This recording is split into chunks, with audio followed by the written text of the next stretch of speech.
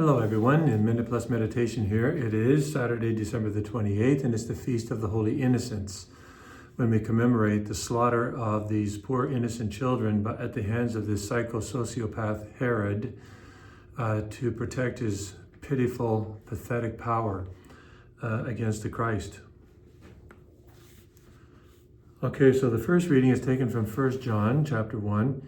If we say we have communion with him while we are walking in darkness, we lie and do not do what is true. But if we walk in the light as he himself is in the light, we have communion with one another, and the blood of Jesus, his Son, cleanses us from all sin. If we say we have no sin, we deceive ourselves, and the truth is not in us. So, in many ways, this is Herod certainly would have cared about this, but it's a good reading, sort of looking into the reality that led to the slaughter of the innocents. If we say we have communion with him while we are in darkness, we lie and do not. If we do not do what is true, but if we walk in the light as he himself is in the light, we have communion with him and one another. So you and I are called to, as children of God, to be witnesses to the truth, to be light to the world. I mean, just think about how, I'm a Catholic, speaking to Catholics, Christians, all people of goodwill, whoever may view this. We are all called to be people of truth, people who witness to the light, as it were. When I say light, I mean truth. Something very specific, because there can be a dark light that comes from the devil. It can be a false light. I'm talking about the light of truth. That comes from Jesus Christ. Ultimately, it comes from Jesus Christ because he is true God and true man. So we are called to be witnesses, be a light to others.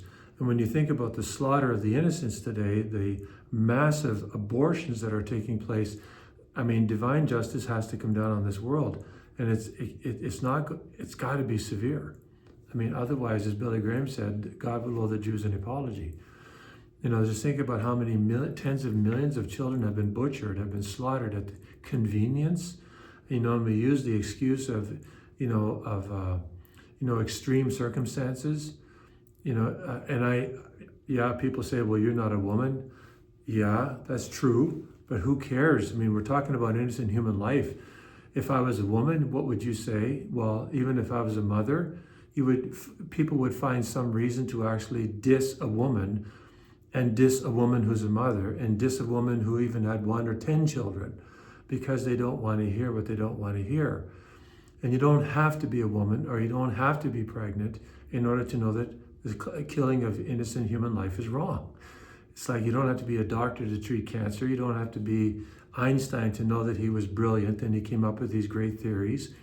You don't have to be under the stress or the pressure of being pregnant when you don't want to be, you know, in order to know that abortion is always wrong.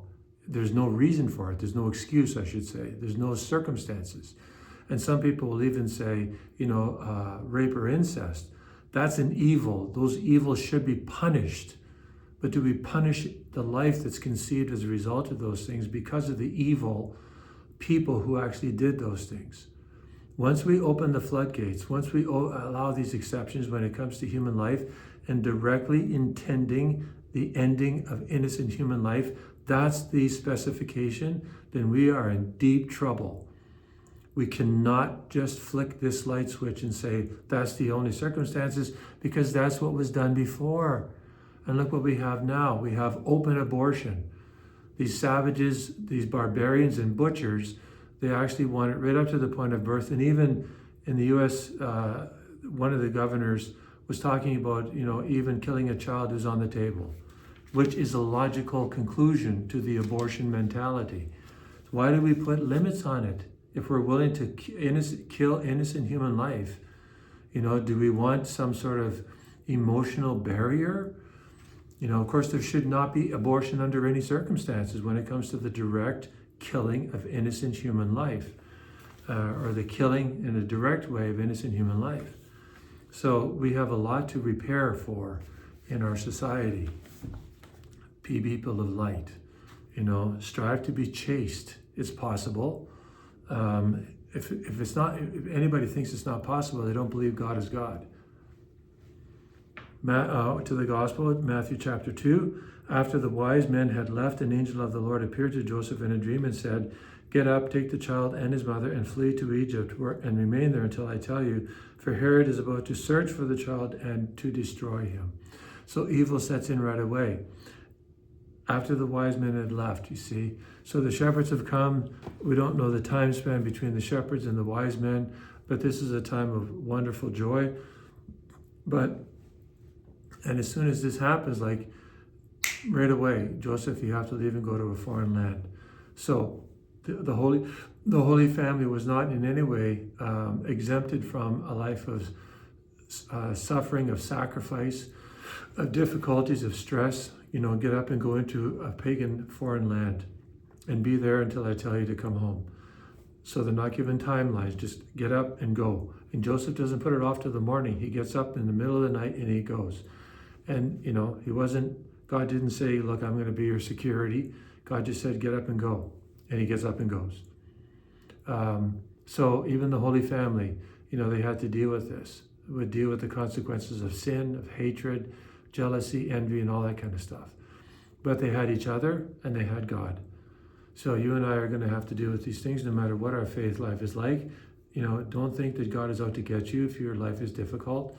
He's not out to get. He's out to get you, but not the way you might think. He's out to save you. He's out to save me. But none of us are exempted from all the other things that people in the world have to deal with. But our life will be much better by the fact that we are trying to be good. We're trying to be holy. We're trying to follow God. We're not getting ourselves into a lot of trouble that other people get themselves into. But suffering will still come our way. Troubles, stress will still come our way. And so we have the certain knowledge that when these things happen, that God will be with us as he was with Joseph and Our Lady during their great tribulations. Okay, think about this. All right, God bless you.